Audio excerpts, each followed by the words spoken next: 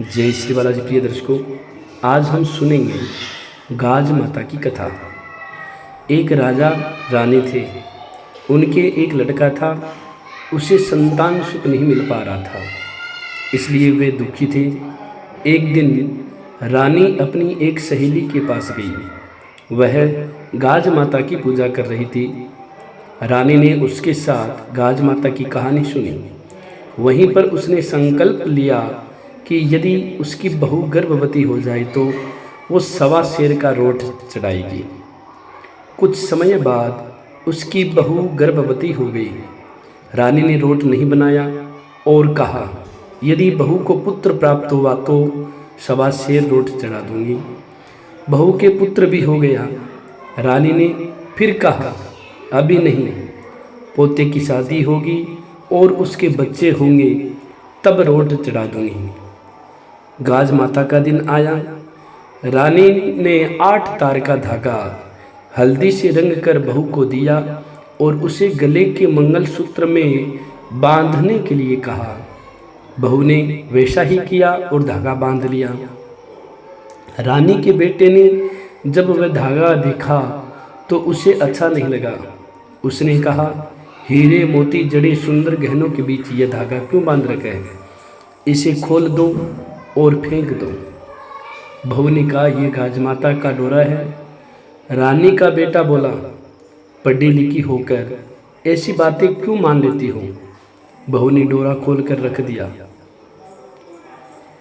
रानी ने गाज माता के व्रत के लिए बहू का एक अलूना मोटा रोट बनाया।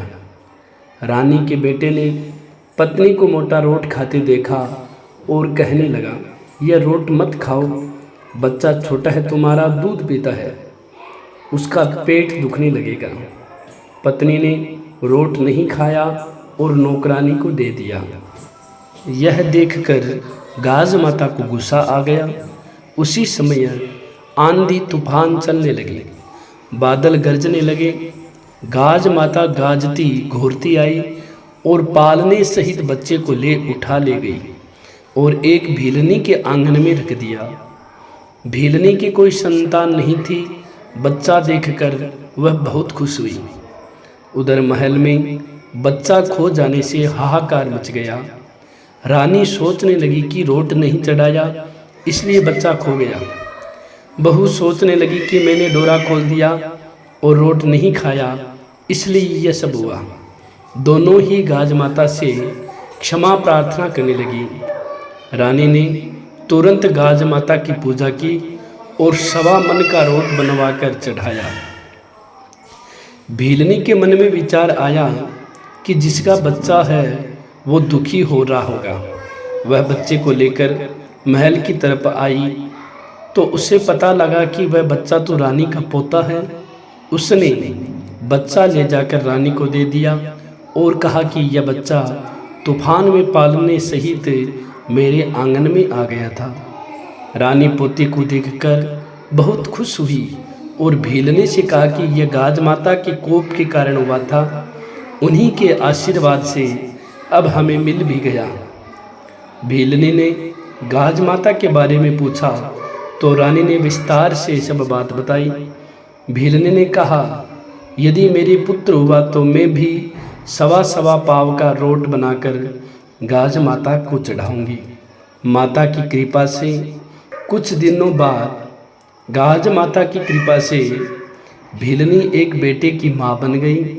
उसने तुरंत 1.25 पाव का रोट माता को चढ़ाया। हे गाज माता, जैसा रानी और भीलनी को फल दिया वैसा सबको देना। रानी पर कोप किया वैसा कोप किसी पर मत करना। प्रिय दर्शकों, अगर आप सभी को गाज माता की कथा अच्छी लगी हो तो आप इस गाज माता की कथा को ज़्यादा से ज़्यादा शेयर करें। हमारे से जुड़े रहने के लिए हमारे चैनल को ज़रूर सब्सक्राइब करें। लेटेस्ट अपडेट पाने के लिए बेल के आइकन को दबाएं। और हाँ प्रिय दर्शकों, सनातन धर्म में जितने भी व्रत त्यौहार होते हैं उन सभी व्रत त्योहारों की कथा, उन सभी व्रत त्योहारों के मुहूर्त इस रामदूत एस्ट्रो चैनल पर अपलोड किए जाते हैं। तो प्रिय दर्शकों, आप सभी से पुनः निवेदन करता हूँ, आप हमारे से जुड़े रहने के लिए हमारे चैनल को जरूर सब्सक्राइब करें। जय श्री बालाजी, जय श्री राधे।